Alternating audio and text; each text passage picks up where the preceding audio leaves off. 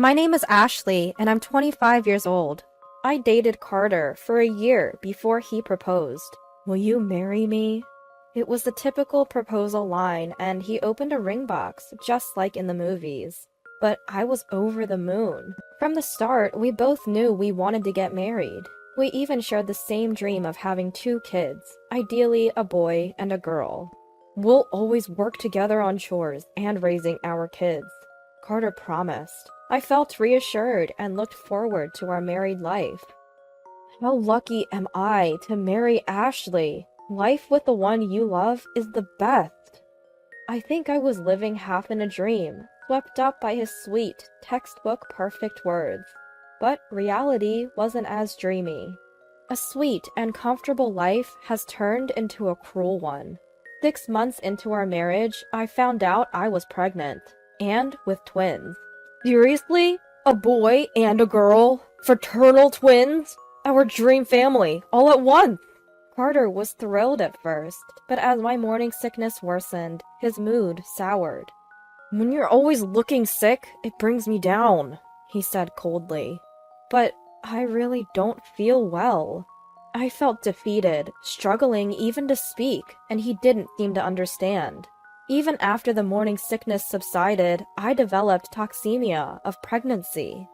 I suffered from headaches, ringing in my ears, and swelling. It felt like I had no control over my own body. But whenever I mentioned it, Carter's mood worsened. Ringing ears and swelling?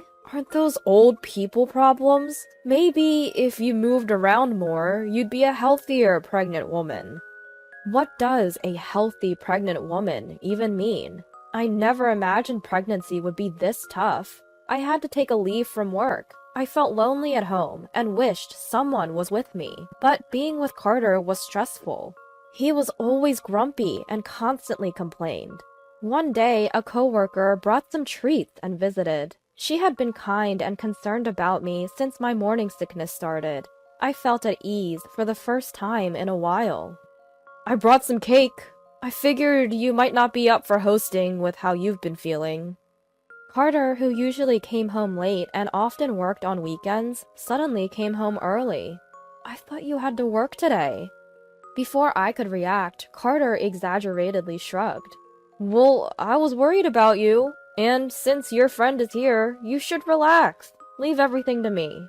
Although he usually ignored me, he brought a blanket and draped it over me, then sat next to me and massaged my arm. My coworker was visibly impressed, and I couldn't help but admire this side of him. He's so different now.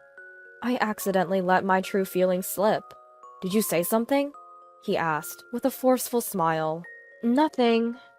The truth was, Carter only played the role of the ideal husband when others were watching. He was all talk and no action. He had promised to share household and parenting duties, but it seemed he had forgotten all about it. He never lifted a finger unless someone was watching. You're just lazing around at home since you're not working, he'd retort when I asked for help. If I felt better, I'd be up and about, but every day is a struggle. Have you ever tried to imagine what that's like? No matter how much I protested, he dismissed my concerns as overblown. I wished I could go back to my parents' home for the birth, but they lived far away and were taking care of my elderly grandmother. Plus, they lived in a very rural area. Given my health and the fact that I was expecting twins, I couldn't move away from our home near medical facilities. In the end, I went through my pregnancy without ever feeling truly well. I gave birth while still feeling unwell and then had to dive into the challenges of raising twins. Time flew by as I cared for the twins. Feeding, sleeping, changing diapers, nothing happened conveniently. Problems arose simultaneously, and there was no end in sight. I'd find myself dozing off while feeding them, waking up to their cries, or feeling too weak to even hold them. It was chaos. Yet, Carter seemed oblivious. Or rather, he was hardly ever home. When he was, he'd just complain about the noise. It's too loud! Can't you quiet them down? On the rare occasion he was home for dinner, he'd say, I'm so tired. Hurry up with dinner. I'm starving. He'd plop down on the sofa as if it was a given. I haven't prepared anything. At my response, Carter got angry. Why not? Nothing. I hadn't slept properly for days, let alone remembered when I last ate. The last thing on my mind was preparing dinner for a husband who might not even eat it.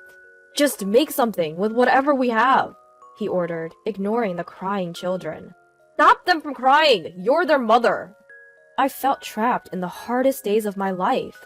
Hey, Ashley! My parents are coming over tomorrow since you said yours are. They want to give a birth gift. Just order some pizza. He mentioned this after the pizza places had closed for the night. But ordering everything might look bad. Ashley, whip up something, quick! He said it as if it was a given, and I panicked. Wait, Carter, I don't have much in the fridge, and I can't go shopping alone with the twins. I need your help. He had never seen how hard it was to shop with twins. But, you're so annoying! I regret marrying you. You can't do anything, can you? Do you even try? He threw those words at me and went to sleep with earplugs. The next morning, while I was busy with the twins, he disappeared. You've gotta be kidding. I was in shock. I couldn't manage everything on my own. What do I do? As I rocked my daughter in her crib and breastfed my son, I dozed off while planning a grocery trip. Ashley, are you here? I heard my mom's voice and the doorbell ringing, jolting me awake. Oh no! I rushed to greet her. Mom, I'm sorry, I fell asleep. I need to go shopping, and Carter's parents are coming. I haven't even ordered the pizza! When I saw my mom, tears streamed down my face and my voice trembled. Calm down, dear. Come here. Seeing me distraught and teary-eyed, Mom told me to lie down on the sofa. You look awful, honey. Just rest for a bit. You've got such dark circles under your eyes. Just then, my in-laws arrived. Seeing my face, my mother-in-law immediately made a phone call, looking upset. Meanwhile, my father-in-law comforted my crying daughter. Ashley, do the twins cry a lot? Carter was a big crier when he was a baby, so we were worried. With a warm smile, father-in-law comforted me, while Mom began unpacking a large bag in the kitchen. After her call, mother-in-law held my sleeping son, patting my shoulder sympathetically. It was the first time since I'd come home from the hospital over a month ago that I had a break from the twins, housework, and Carter's constant complaints. A wave of relief washed over me, followed by overwhelming exhaustion, and tears streamed down my face. Thank you so much. By the time the delicious aroma of soup wafted from the kitchen, Carter returned home. Oh, everyone's here already! Perfect timing, Ashley. What did you make? Let's eat, he said, approaching the table, but then he frowned. Ashley, I thought you were making something fancy. This looks so plain. Where's the pizza? Didn't you order delivery? He looked around, searching for the pizza. I'm sorry, mother-in-law. We wanted to treat you to some good pizza since you came to the city. Ashley's been saying her taste is off lately, so she probably made something that doesn't taste good. Oh, let me help clear this up. Carter tried to play the good husband, but I was fed up. At the same time, something suddenly bubbled up from the bottom of my stomach. Carter, the person who made this tasteless food is my mom. I glared at him. What? Caught off guard, Carter froze. Ashley's mom is a nutritionist. She made all this low-sodium, additive-free food, especially for Ashley, father-in-law said, glaring at Carter. My plain homemade food.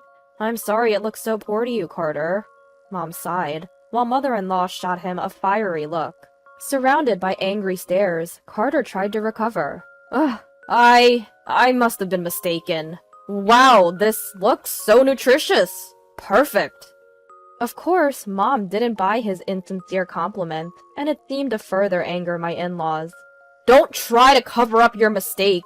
Where have you been all this time? What have you been doing? Father-in-law's voice was restrained, likely to avoid waking the babies, but it was stern. Well, Distressed, Carter broke out in a cold sweat. From what I've heard, you barely help out with household chores or childcare. On top of that, what you did today just added more burden. Aren't you ashamed of yourself? Cornered by his father-in-law, Carter felt trapped. Huh? Well, maybe Ashley's just overthinking things.